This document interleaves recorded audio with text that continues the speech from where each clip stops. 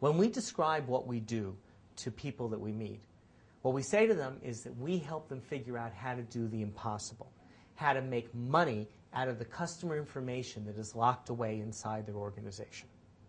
You see, a lot of our clients have read all the big books about customer relationship management. So they've read people like Peppers and Rogers, like Fred Reichheld, and so they understand how, in theory, to build a one-to-one or a close customer relationship, and they know they can make a lot of money if they do it. But here's what happens. When they go into the organization and they talk about it and they ask for information, IT immediately tells them it's impossible. So what they run into is what we call the IT takedown. They come right up against an immovable force and they go, boom, and down to the side because IT says the data is not available. It's located in multiple places in the organization. It's not organized. The data quality is not great. There's nothing you can do with it unless you spend $2 or $3 million and take about a year to do it. And you're never going to have ROI to be able to prove that. So after banging up against the wall for long enough, the client eventually says, I can't do this anymore.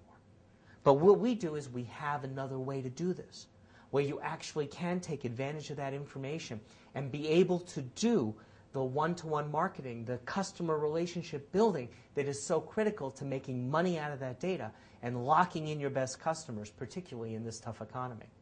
We've got sort of 5 key points of what it is that we really need to have to succeed.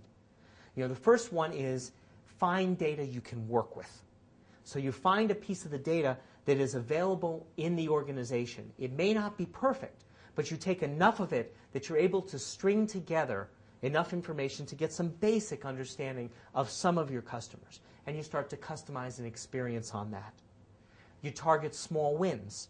So you don't try to come up with a massive approach that's going to take millions of dollars, require hundreds of people to change what they do. But you try for very small, very specific, measurable wins. And you measure those wins fanatically. You're very, very careful about documenting when you're able to first string the data together, structure a program designed to help a small group of customers have a clear, small win that you're able to then document. And then the other part of this is that you also focus on change management. And change management is a part in sort of building these relationships with customers that is often underlooked. You see, in most of our clients' companies, they make money the old-fashioned way. And what they do is they sell, sell, sell, and develop new products and run sales. And that's the way they've been doing their businesses for 20, 30, 40, even 75 years. So when you come to them and say, I want to completely restructure, how do we go to market? How we engage with our customers, they look at you like you're nuts. It's not about that. If you try to go that big, you will not succeed. And we actually told someone the last week, it may be possible to succeed by going for the big bang approach. I've never seen it in 17 years of doing this. The only way I've seen that succeeds is that you find these small opportunities that you find by taking the data and taking a small piece of it and finding some real knowledge coming out of it. And that way, what you're able to do is do it also without a lot of investment. You don't have to buy fancy software. You don't have to invest in complicated systems. You take the data manually, and you're able to combine it together, get enough information to be able to use it. And then you use it against a small group of customers in a territory, in a market, in one store location. And you monitor it successfully and fanatically so that you come up with the real documented results. When you have those results, then you hit the change management part, and you start to publicize them in the organization.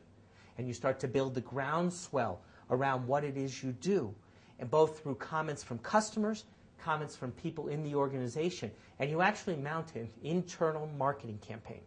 And we often feel the internal marketing campaign is as important as the external one. And that's what provides the groundwork or the foundation to really help you get the buy-in in the organization. Because remember, it's not just about doing it once. It's about getting the organization to agree they want to do it. And as a change agent in the company, which a lot of our clients really are, this sort of small focus, low cost, small win, manage fanatically, measure fanatically, and then publicize the wins to drive success is the only way to really create the cultural change inside the organization. Now, I could talk about this a lot more, but if you want to click on some of the additional features down below, I can give you a little more information on each one of these.